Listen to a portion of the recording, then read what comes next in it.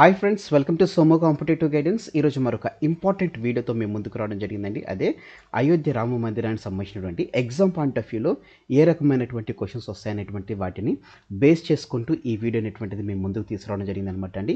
ఇక మనం ఏమాత్రం లేట్ చేయకుండా కంటెంట్లోకి మనం వెళ్ళిపోదాం. ఫస్ట్ ఆఫ్ ఆల్ మనం చూసుకున్నట్లయితే కనుక ఈ మందిర నిర్మాణ శైలి అనేటువంటిది ఏ నిర్మాణ శైలిని పోలి ఉందని మనం చూసుకున్నట్లయితే ఇది నగారా శైలిని పోలి ఉండడం జరిగిందనమాట.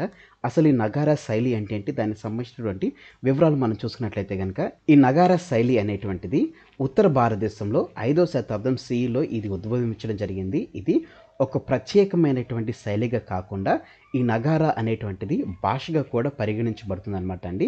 ఇది పవిత్రమైన గర్భగుడిలో ఎత్తైన స్తంభాన్ని కలిగి ఉంటుంది మరియు దాని అత్యంత విశిష్టమైనటువంటి అంశం ఎత్తైన శిఖరం. ఇదేదైతే ఎట్లా ముందు చూసాం కదండి, ఇది యాక్సిస్ ముండి అని ఏదైతే ఉందో ఇదనమాట అండి. దాని యొక్క ఎత్తైన శిఖరం అనేటువంటిది అత్యంత విశిష్టం అన్నమాట. ఇది హిందూ సాంప్రదాయంలో మరియు సహజ మరియు విశ్వోద్భవ క్రమాన్ని ఇది సూచించడం జరుగుతుందన్నమాట. అదే రకంగా గర్భగుడి చుట్టూ హాల్స్ అనేటువంటిది లేకపోతే ప్రదక్షిణ మార్గం అనేటువంటిది మండపాలు అనేటువంటిది కూడా ఏర్పాటు చేస్తున్నట్లుగా తెలపడం జరిగింది, అంటే ఈ శైలిలో. అదే రకంగా శిఖర రూపాన్ని బట్టి వలబి మరియు ఫంసన నుండి తరువాత లాటినా, సేకరి మరియు భూమిజ శైలులు వరకు 5 నగర నిర్మాణ రీతులుగా ఇది ఉండడం జరుగుతుంది అనమాట అండి. టోటల్గా 5 నగార నిర్మాణ రీతులు అనేటువంటిది ఈ నగార శైలిలో ఉండడం జరుగుతుంది అనమాట.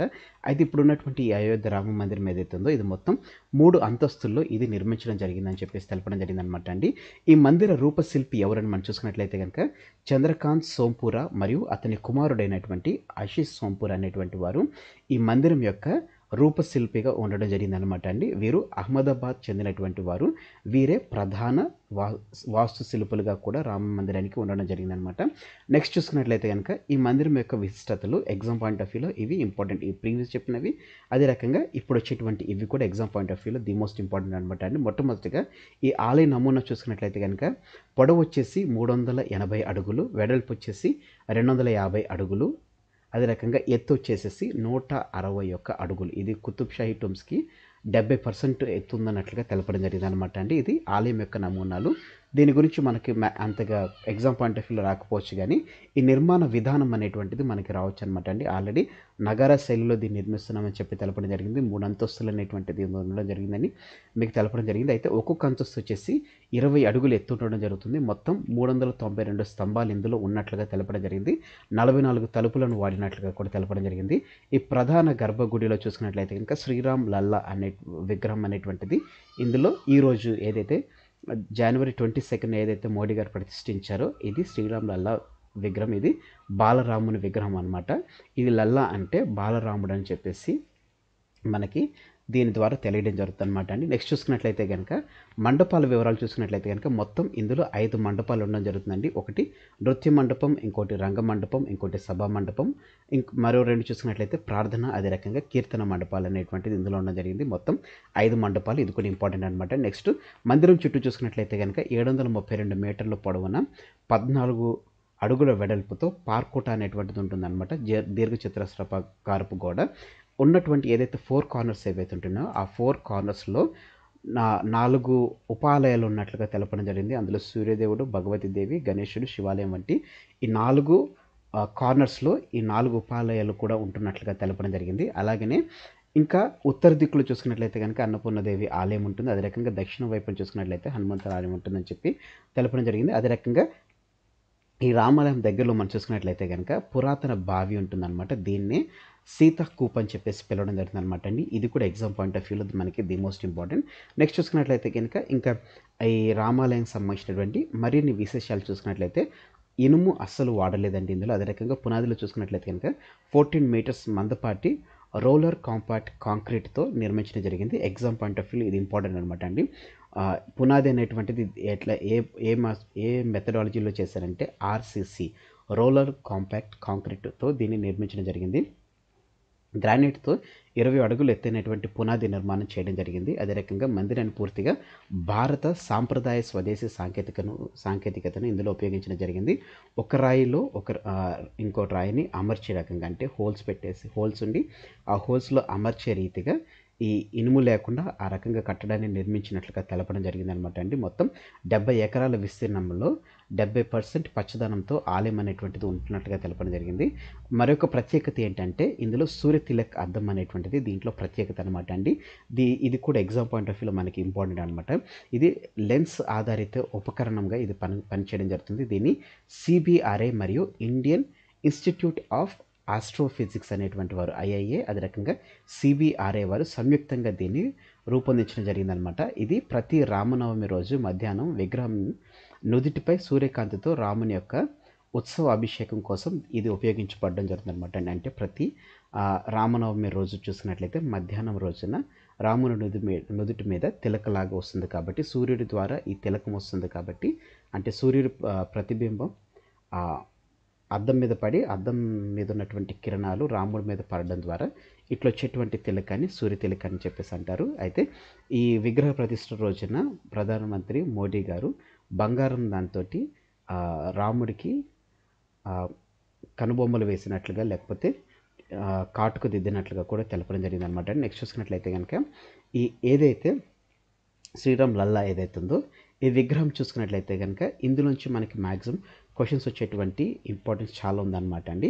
ఇందులో చూసుకున్నట్లయితే కనుక మొత్తం ఈ లెఫ్ట్ సైడ్న రైట్ సైడ్న చూసుకున్నట్లయితే 5 అవతారాలు ఏవి మొత్తం 10 అవతారాలు 5 వీటిని సాగ్రిగేట్ చేయడం జరిగింది అనమాట అండి. ఫస్ట్ 5లో చూసుకున్నట్లయితే కనుక మత్స్య, కూర్మ, వరాహ, నరసింహ, వామన అనేటువంటి ఇవి 5 అనేటువంటిది రైట్ సైడ్ ఉండడం జరుగుతుంది అనమాట. లెఫ్ట్ సైడ్ను చూసుకున్నట్లయితే కనుక పరశురామ, రామ, కృష్ణ, బుద్ధ, కల్కి అనేటువంటి ఈ 5 అనేటువంటిది లెఫ్ట్ సైడ్ ఉండడం జరిగింది అనమాట అండి. అదే రకంగా పీఠంలో మనం చూసుకున్నట్లయితే కమలం పువ్వు ఉన్నట్లుగా తెలపడం జరిగింది. అదే రకంగా బేసెస్లో చూసుకున్నట్లయితే కనుక రైట్ సైడ్ బేస్లోనేమో హనుమంతుడు, లెఫ్ట్ సైడ్ బేస్లో చూసుకున్నట్లయితే కనుక గరుడ ఉన్నట్లుగా తెలపడం జరిగింది. అదే రకంగా పైన చూసుకున్నట్లయితే కనుక ఈ టాప్లో హెడ్ పైన చూసుకున్నట్లయితే పైన వచ్చేసి సూర్యభగవానుడు, అదే రకంగా స్వస్తిక్, ఓం, చక్ర, జాపత్రి అనేటువంటిది ఇందులో నిక్షిప్తం చేసినట్లుగా తెలపడం జరిగింది.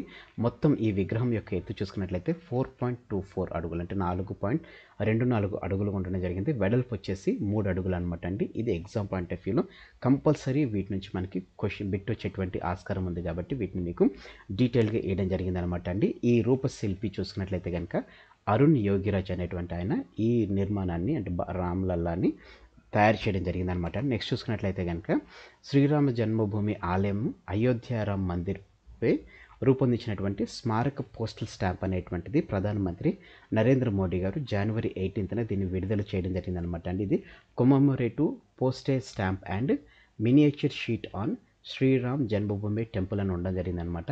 ఈ స్టాంప్లో ఇమిడి ఉన్నటువంటివి చూసుకున్నట్లయితే కనుక ఇవి కూడా మనకి ఎగ్జామ్ పాయింట్ ఆఫ్ వ్యూలో అంత ఇంపార్టెంట్ కాకపోయినా కానీ ఇంపార్టెంట్ రోల్ అనేటువంటిది ప్లే చేయడం జరుగుతుంది అనమాట అండి. అది వచ్చేసి ఫస్ట్ వచ్చేసి రామ్ మందిర్ ఉంటుంది, తర్వాత చౌపై, మంగళ్ భవన్, అమంగల్ హరి అనేటువంటిది ఉంటుంది. అదే రకంగా సరాయు రివర్, అదే రకంగా sculptures in and around the temple అనేటువంటిది కూడా ఇందులో ఉండడం జరిగింది అనమాట అండి. ఇది ఎగ్జామ్ పాయింట్ ఆఫ్ వ్యూలో అడిగేటువంటి ఛాన్స్ ఉంది. అదే రకంగా అతిపెద్ద తాళాన్ని ఉత్తరప్రదేశ్లో ఉన్నటువంటి అలీగఢ్కు చెందినటువంటి సత్యప్రకాష్ శర్మ ఆయన భార్య అయినటువంటి రుక్మిణి గారు తయారు చేయడం జరిగిందనమాట అండి.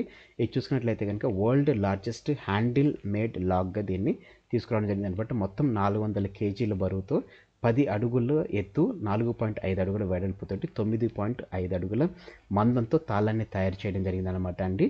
4 అడుగుల చెవిని కూడా తయారు చేసినట్లు తెలపడం జరిగింది. మొత్తం దీనికి గాను 2 లక్షల రూపాయలు ఖర్చు అయిందన్నట్లుగా తెలపడం జరిగింది. అది కూడా ఇది మొత్తం హ్యాండ్మేడ్తో చేసినటువంటి తాళం అనమాట అండి. ఇది చూసుకున్నట్లయితే కనుక అలీగఢ్ చూసుకున్నట్టు తాళాల నగరంగా పేరుగొందినటువంటి ఉత్తరప్రదేశ్లో తాళాల నగరంగా పేరుగొన్నటువంటి అలీగఢ్లో ఉన్నటువంటి భార్యాభర్తలైనటువంటి సూర్యప్రకాష్ శర్మ, అదే రకంగా ఆయన భార్య అయినటువంటి రుక్మిణి గారు దీన్ని తయారు చేయడం జరిగిందనమాట. నెక్స్ట్ పాదాలు చూసుకున్నట్లయితే కనుక బంగారు పాదాలు హైదరాబాద్ చెందినటువంటి చందిని చెల్లా శ్రీనివాస్ రెడ్డి గారు దీన్ని తయారు చేయడం జరిగింది. వీటిని రూపొందించినటువంటి శిల్పి ఎవరని మనం చూసుకున్నట్లయితే కనుక ఆ శిల్పి వచ్చేసి రామలింగాచారి గారు దీనిని నిర్మించడం జరిగిందనమాట. అండి ఇలానే మనం చూసుకున్నట్లయితే కనుక ఇంకా హైదరాబాద్ నుంచి మనం చూసుకున్నట్లయితే సికింద్రాబాద్ వాసి నాగభూషణ రెడ్డి 1265 కేజీల లడ్డుని వేయడం జరిగింది. అదే రకంగా సనత్ నగర్లో ఉన్నటువంటి హనుమాన్ టెంపుల్ నుంచి పోచంపల్లి పట్టు వస్త్రం అనేటువంటిది వేయడం జరిగింది. తార్నాకకి చెందినటువంటి వెంకటదాసు తరఫున 8 ఫీట్ల ముత్యాల హారం వేయడం జరిగింది. అదే రకంగా అనురాధ టింబర్స్ నుంచి రామ మందిర తలుపులు అనేటువంటిది కూడా చేయడం జరిగింది అనమాట అండి. అదే రకంగా ఈ 12 kgs సంబంధించినటువంటి రామ పాదుకలు అనేటువంటిది కూడా వేయడం జరిగింది అనమాట అండి. సో ఫ్రెండ్స్, ఇదండి రామ మందిరం, అయోధ్య రామ మందిరానికి సంబంధించినటువంటి ఎగ్జామ్ పాయింట్ ఆఫ్ వ్యూలో ఏవైతే ఇంపార్టెంట్ ఉన్నాయో వాటిని మీకు షేర్ చేయడం జరిగింది. ఇంకా ఏమన్నా ఇంపార్టెంట్ అనేటువంటి తెలిసినట్లయితే కనుక నేను వాటిని పార్ట్ 2 కింద మీకు షేర్ చేయడం జరుగుతుంది. Thanks for watching the video. ఇందులో ఉన్నటువంటి కంటెంట్ అదే రకంగా నా ఎక్స్ప్లెనేషన్ అనేటువంటిది మీకు నచ్చినట్లయితే మీరు ఇంకా మన సోము కాంపిటేటివ్ గైడెన్స్ అనేటువంటి యూట్యూబ్ ఛానల్ మీరు సబ్స్క్రైబ్ చేసుకోకపోతే కింద ఉన్నటువంటి సబ్స్క్రైబ్ అనే బటన్ క్లిక్ చేసి పక్కన ఉన్నటువంటి బెల్ ఐకాన్ పాపప్ ట్యాప్ చేయడం ద్వారా ఎప్పటికప్పుడు మీరు లేటెస్ట్ అప్డేట్స్ అనేటువంటిది నోటిఫికేషన్ రూపంలో మీరు మీ డివైస్లో పొందుకోవడం జరుగుతుంది. ఈ వీడియో కనుక మీకు నచ్చితే లైక్ చేయండి, కింద కామెంట్ సెక్షన్లో కామెంట్ చేయడం మర్చిపోకండి. ఈ వీడియోని మీ ఫ్రెండ్స్ అండ్ ఫ్యామిలీ రిలేటివ్స్ ఎవరైతే గవర్నమెంట్ ఎగ్జామ్స్ ప్రిపేర్ అవుతున్నారు, అదే రకంగా మాన్యువల్గా వాళ్ళకి ఈ అయోధ్య రామ మందిరానికి సంబంధించినటువంటి నాలెడ్జ్ షేర్ చేయాలనుకున్నా కానీ మీరు ప్రతి ఒక్కరికి షేర్ చేయండి. Have a nice day. All the best for your exams. Bye.